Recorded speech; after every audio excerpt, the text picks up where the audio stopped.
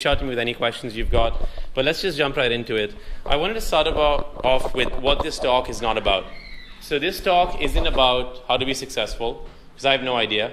I haven't achieved my goals that I've set out for myself, so I have no idea on how to be successful, how to graduate and get a killer job. All that stuff is things that the other speakers who come up here can tell you, the guys from GE, the guys from NASA.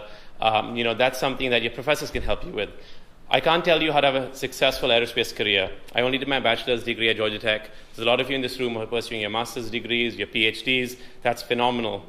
And it's not something that I cut out for myself, so it's not something that I can speak on. There's other people out there who have a lot of information and knowledge. And this talk isn't about shortcuts, because there really aren't any. If anybody tells you that there is a shortcut, all they want is your money, and I'd advise strongly to steer away from that. So what this talk is about is experiences that I've had since I came to Georgia Tech, graduated through here, worked in different countries, traveled around the world, worked in a corporate job, ended up running my own startup with my co-founder, and the things that I picked up along the way. I'm a big advocate of reading. This comes from the 60, 70 books that I've read in the last 2 years, a lot of the talks that I've had with people. I love networking events, getting out there, talking to people, being social. So a lot of this information is not something that's new. It's just something that stuck with me. It's things that I thought were interesting. And the preparation of this talk, I reached out to a bunch of my friends, my old roommates, and I said, okay, all those late night conversations we had around whiskey and with good EDM music playing in the background, what are the things that actually stuck out? Those 3 a.m. conversations of like where life is going and what I would like to have known as a student. And this is really what this talk's all about.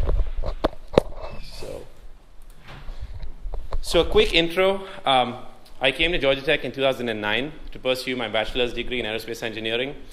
In 2010, I have a little map over here. So I'm from Bangalore, India, which is in the southern part of India. I moved to Atlanta, Georgia to do my Georgia Tech degree. All these little dots are places that I visited along the way. Then I went back to India, and I went to Oxford for the Oxford Study Abroad program. Have any of you over here done a study abroad program? Put your hands up. Oxford, anybody? No Oxford. GTL probably, right? GTL and Limerick, I think, is the aerospace one. Yeah? Nice. So that was a phenomenal experience for me. And I will talk a little bit about that. From Oxford, I came back to Georgia Tech, and then I did an internship in India in what will interest you guys, in an aerospace firm that builds the wings, the flap track beam for the wings of the Airbus A320. So it was the assembly and manufacturing process of that.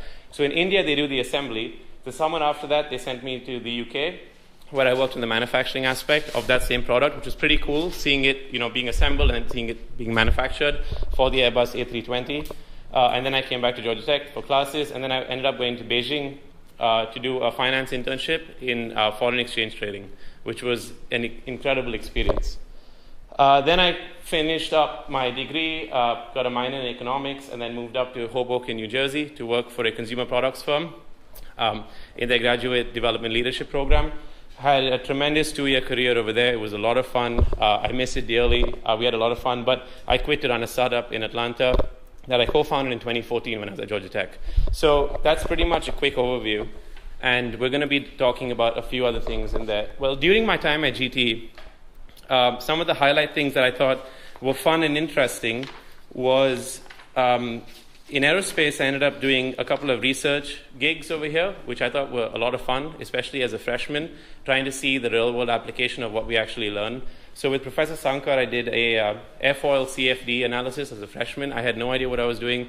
He helped me out a lot. I mean, CFD as a freshman was something, it literally was Google, and Google was my best friend. And then Professor Sankar helped me understand all the data that I was generating through the softwares that I learned, which was a lot of fun. I ended up doing research at ASTL, which was an incredible opportunity. Have any of you worked in ASTL over here? So you guys know what I'm talking about. That was a rush. You're working with companies side by side on these big projects, and you get to see the applications happen pretty much instantaneously because of how large scale and how robust they are. So I helped start the Model UN Club here, which was a lot of fun. Is anybody here a part of the Model UN Club? Really? Are you? Really? Nice. Okay. Well, one person. That's incredible. We had a lot of fun with that. And then we did. I did some work in the investments committee over here. Have you guys heard of the Student Foundation Investments Committee? You're on it. What do you do over there? So I was an analyst 2 years ago when I was in Nice. Okay. Cool. So on that, I was director of mentorship, which was a lot of fun because basically, if you guys are interested in investing or finance and all of that, I'd highly recommend that organization. It's basically run by students. We broke $1 million in 2012, 13. We broke $1 million. 14? 14. We broke $1 million. And basically, we make all our decisions. We make all our decisions ourselves. We make our investment portfolio decisions, and it's all run by students, which is a lot of fun.